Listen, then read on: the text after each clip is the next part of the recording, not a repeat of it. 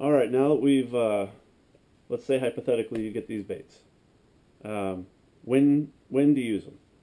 The number one time of the year that I like a gill bait is pre-spawn. The second that water gets over 48, or we get a warming trend. Say it doesn't even matter sometimes what the water temperature is. If the water temperature is rising fast, say the water temperature is 42 the last time you got on the lake. You get a 5-day warming trend of 70-degree days. That surface temp's going to jump 2 to 4 degrees every day, depending on the size of the lake. So when that's happening, the last day or two, you want to get out. That's the day you want to save your sick days. Yeah, boss, I can't make it in today, man. I just don't feel good. Yeah, that's the day you want to go, man. And any of these baits will work. If, let's say I'm going out on that day, of all these baits, I'm going to start with the burrito in the morning, because it's going to be colder. You can work this a lot slower. And you're going to see your peak bite, your big ones are going to really start showing up in that like 12 o'clock to like 3 o'clock zone. When that peak heat is out, that's when those big ones go shallow. And they're either up there to feed, or they're up there, getting sunlight, trying to digest what they just ate. But that's one of the most killer periods of the year and best chances for a double digit. That's how I caught my double digit, was, a similar scenario on the hammertail gill.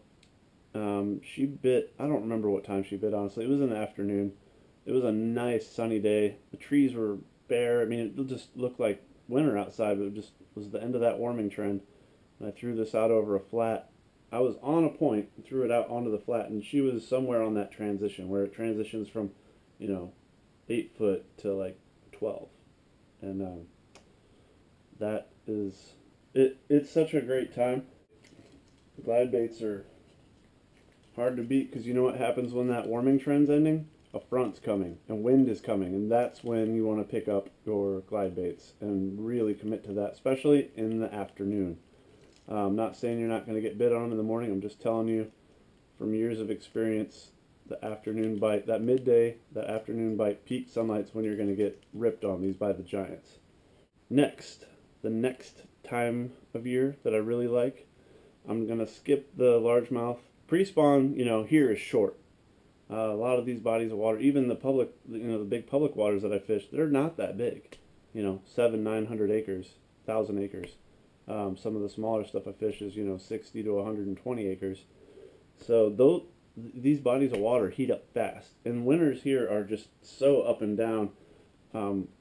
Once it gets hot, and usually about March, it usually gets hot fast, and they just jump on beds. And it sucks, because you only get really a good 2-3 week pre-spawn period, and if you don't have time to fish, you just missed out on when the fish weigh the heaviest, when they're the most aggressive, when they're territorial.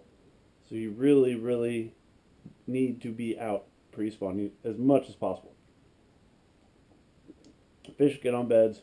That's usually when I start doing something else. Like this year, I'll be making baits in that time, and I'll be playing music and writing songs. But let's fast forward 6 weeks after the spawn.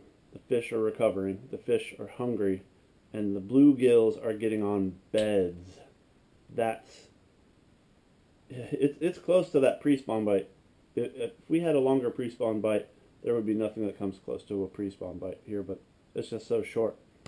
So the gills spawn kind of like bass. They spawn in waves, usually around the new and the full moon, and depending on water temperature. So what I do when I know the time's coming, here it's usually around June. First thing I do is I get to the lake early.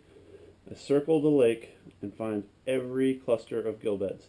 Now what you're looking for are the bigger cluster of bluegill, the better. Especially if the bluegill beds are right here and it dumps off into steep water, like a clay bank, or if they're spawning on riprap, or a lot of the time I see them on clay here. So you want to look for that. If you see a whole bunch of bluegills spawning, but it's just really dirt shallow and there's nothing, that's not exactly what you're looking for. I haven't had a lot of success with this. But you're going to take whatever, it doesn't matter what gill bait you want to throw. When you find the right looking gill beds. You can parallel the gill beds. By that I mean here's your cluster of gill beds, here's your deep water. Parallel, you're going to throw out past the gill beds, you're going to bring whatever bait it is to it and rip it and then just let it fall. You're going to get smashed if they're there. There was a scenario I saw 2 years ago. There was an 8.3 and it was an 8.5 and a 6.3 working in tandem on these bluegills. I pulled up to the bluegill bed and there was a little bit of a shade line. I saw the 6-pounder come up and then race into the bluegill beds, and it spooked off, and all I saw in the deep water was just a flash, and then I saw a boil, and I was like, oh wow, that one got smoked. So I come back later when it was warmer in the afternoon, fire in the Magnum gill. First cast was the 8.5. Then I caught the 6.3. And then I realized what they were doing is they're taking turns. One's going up and scaring them off into deep water. One's coming up vertically and smashing it. They're probably taking turns doing this because every section of bluegill beds I got to, I was catching fish that day. It was on. It was on. It was a great day.